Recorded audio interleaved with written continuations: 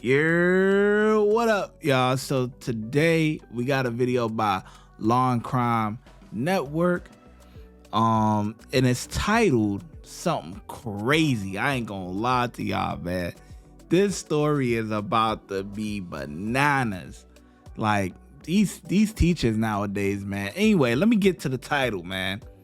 Engaged teacher caught making out with 5th grade boy has wedding called off, man. That is literally insane. These teachers, we hear a lot about what's going on with these teachers now. I mean, they are literally predators going after these children. So we definitely gotta tune in and pay attention to these signs and stuff like that, you know, when you're sending your kid off to school and stuff. So let's get into the video, man. Madison Bergmann, a 24-year-old elementary school teacher out of Wisconsin, has been accused of making out with her 11-year-old student. 5th grade, Rivercrest Elementary School. Let's take a second to process that for just, think about it, because she has now been arrested and charged with 1 count of first-degree child sexual assault with a child under the age of 13. Oh, and here's the kicker. She was supposed to be married to her longtime boyfriend this July. Now, the way this was all uncovered was that the boy's parents allegedly overheard him talking to Bergmann on the phone. The boy apparently revealed that they talked every day. The parents found text messages between the two. What? The little boy was talking to the teacher? Oh my God. That's insane. See, but that's good parents though. They overhearing, they listening in on their kid. You know what I'm saying? See what's going on. Like, listen, that is wildly inappropriate. So the father reportedly went to the school with printouts of these text exchanges, and the conversations apparently reveal that there were several encounters between this teacher and student during lunch periods or after school.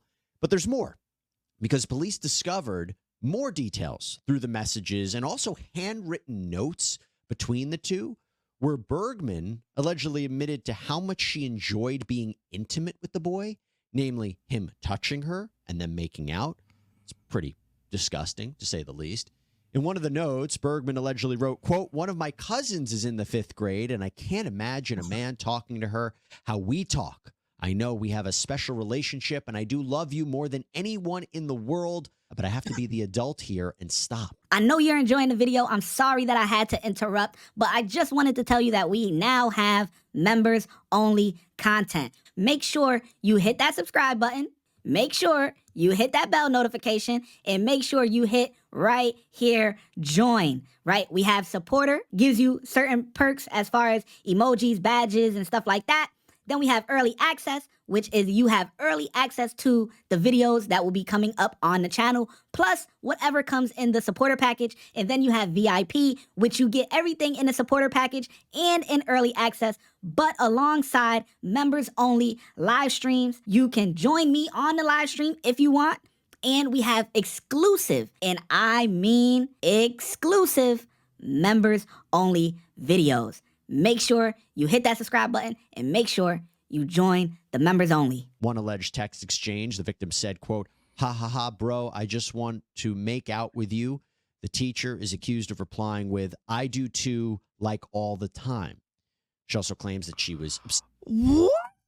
Yo! Oh my God, this is weird.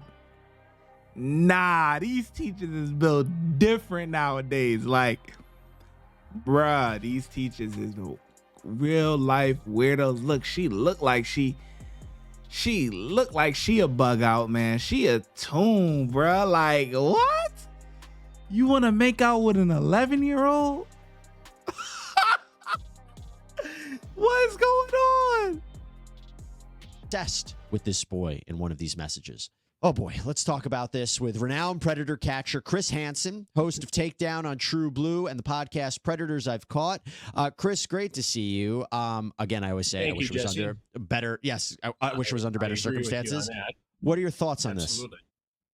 First of all, we've seen so many of these cases, Jesse, and it makes me really wonder if school districts are doing enough in terms of background screening, psychological screening of these teachers. This has to be the 25th or 30th case we've seen across the country where a young female teacher in mid-20s or early 30s has preyed upon a young male student. Now, we've seen this with male predator teachers over the years, certainly, and I see this in my investigations with men going after young women and young boys too. But there's something going on in the world of teachers and students that I have never seen before in my 42 years of being a journalist. And so you have to wonder, is this reality feeding off of fantasy, which I think it is? You see more and more fantasy porn available on different social media platforms, fetishizing, teacher-student relationships. And is that part of this? I don't know, but it's very disturbing. And when you look at the texts here, it's unmistakable that, there are very serious allegations and likely crimes committed. And how do you fix this kid after all this has happened? That's my first and primary thought. And he's so young. And a lot of the times we cover these stories, the female perpetrator or the female suspect is married or about to be married or has children. What does that tell you? We had one in Tennessee where the accused teacher was married to a sheriff's deputy. So, imagine the collateral damage there. First of all, if the allegations are true, and I think that case. That's just embarrassing, man. That's just embarrassing. Like, not only a sheriff deputy, like, come on, like, especially if. Of course, it's bad all the way across the board. But like, the thing is like, when you're in a relationship, you represent the other person as well.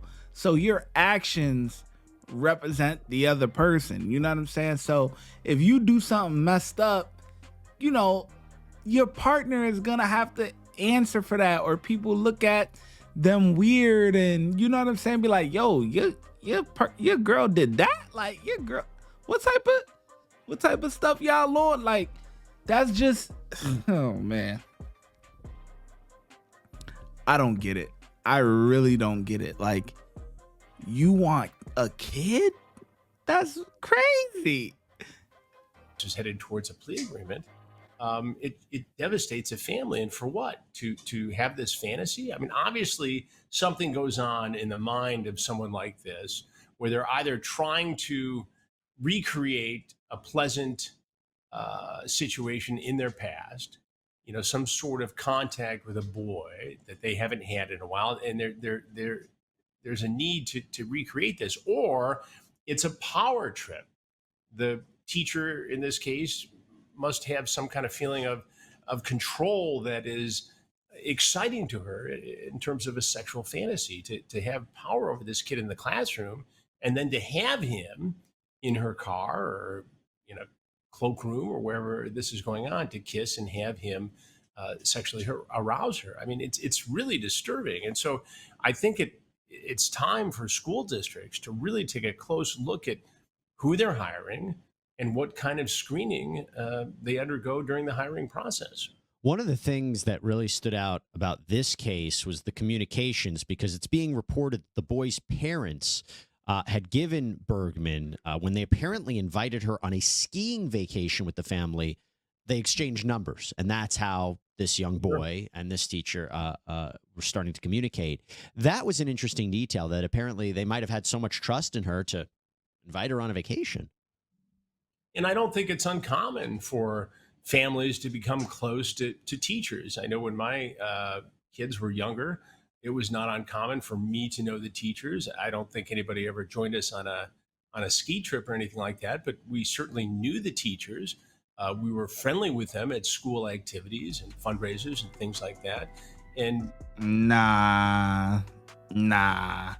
Look, yeah, to be, friendly and cordial with the teachers and stuff like that, or maybe keep in contact, the parents, and keep in contact with the teacher to see what's going on. But inviting them on trips and vacations, I don't know about that one. I really don't.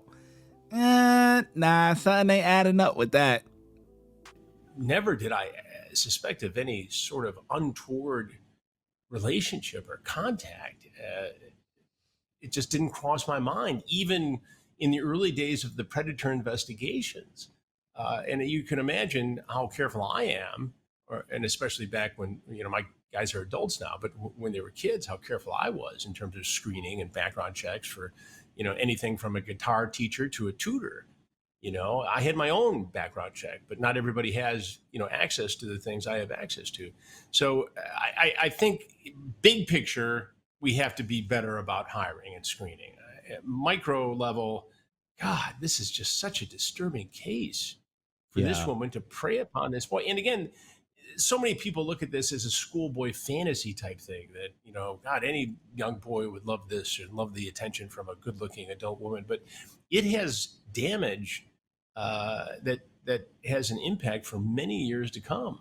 I mean, this kid has been exposed to things at the age of 11, 12 that they shouldn't be exposed to. And now the parents had to deal with all that. It's very alarming. And they can't even process it, a young boy that age. Process what's even going on. The kid can't even process it. The kid doesn't even know why he is excited about it. The kid doesn't even know why his body is reacting to this attention the way it's reacting to it. It's, we've seen in our predator investigation scenarios where guys have gone after girls as young as 12 years old. And again, just a week before last, we were out on a sting, and it doesn't seem to be going away anytime soon, despite our investigations, despite the awareness. And it says to me that there is an unprecedented level of this activity going on online and on some of these social media platforms. And there's been an explosion, as you and I know, of social media platforms. It's not just AOL and Yahoo like when we started. So it comes down to parents also having to have these conversations. And unfortunately, it appears that parents need to talk to their boys about the appropriate and inappropriate potential contact between them and female teachers and male teachers too. I mean, this cuts across all across the board. But you wouldn't normally think you'd have to tell your son, okay, be careful of the nice Miss so-and-so. She may say something inappropriate to you. But I guess you have to have this blanket talk now and continue to enhance the discussion as the child gets older. They shouldn't have to have that conversation, because you mentioned something about the school. Now, I want to read you something from the school. I want your reaction to this. So first, the principal of this school says, we are shocked and disturbed by this news. Our greatest concern is for the Rivercrest school community and the children impacted. Then a spokesperson for the school district said in part, quote, learning about a school staff member and alleged inappropriate conduct that breaches trust is deeply troubling for all of us. We understand the gravity of this situation and are committed to providing the necessary support for any child who may be impacted. We kindly request the school community to respect the privacy of Hudson students and their families and refrain from spreading rumors or speculation. They also provided counseling services for any of the students and the teachers who might be affected by these allegations. Talk to me about what you make of that. Well, I think it's an inappropriate response. I think the better action would have been to screen the teacher before this happened. But again, you have to. I mean, I know he's saying, screen the teachers and stuff like that, but honestly, if the thing is that they're gonna do whatever they gotta do to get the job. I mean, think about all the different jobs where these things happen. You know what I'm saying? Like, you can even think about it as like in the prison system as well, right? Because that's considered like grape. You know what I mean? Like when even though you're dealing with adults or juveniles, depending on what type of prison you work in or whatever. But the thing is that when somebody goes to jail, they become a warden of the state, or they're owned by the state, right? So an officer dealing with an inmate, right, would be considered grape, right? So hopefully you guys get what I mean by grape, okay? And that's like equivalent to, teachers messing with students. It's not equivalent, but it's the same type of thing, right? So you have officers that go through all this extensive training, X, Y, and Z or whatever, and they get in the job and they get emotions attached with maybe a particular inmate or whatever the case may be, and they end up messing up their job, right? Same thing with the teachers, right? Whether they're dealing with high schoolers or some elementary or whatever, real weirdos, right? They're gonna do whatever they gotta do to get the job or whatever the case may be, right? And then when they actually get in there and when their mind starts spinning and they get to doing all the weird stuff, you know what I mean? That's when they might, get close with a student or X, Y, and Z. But basically what I'm saying is that no psych test really is gonna, is really gonna stop. I mean, people still gonna get the jobs, and this is still going to happen. This is still going to continue to happen, but it's just crazy. I ain't gonna lie. Like, and with the teachers, a lot of the time you see this more with the female teachers. I'm not gonna lie. Like the guy, yes, it does happen with the guy teachers, but you see this a lot lately with the female teachers. Like they said earlier, young 20s, 30s, you know what I'm saying? And they like insane, bruh. Be reasonable about the responsibilities of a school district. I mean, they're going to be shocked by this just as, the parent and the rest of the parents are in the school district. So this is not supposed to happen. You're not supposed to have to ask a 24-year-old teacher, do you think you're going to have a propensity to have a intimate contact with a fifth grader in your class? I mean, that it defies common sense that anybody would do that. But apparently we're at that period where we've seen so many of these cases where we need to ask that question and we need to screen for that. Because I've never, ever seen a level of this activity as we're seeing and as we've seen over the last year, especially 2 years. Yep. It's shocking, but it sounds like the school district is doing everything it possibly can to deal with this situation. And rumors will run wild because that's the nature of the environment. Parents are going to kibitz about this, and kids are going to talk about it. And there's going to be a lot of activity on social media and unfortunately a lot of joking about a very serious topic here.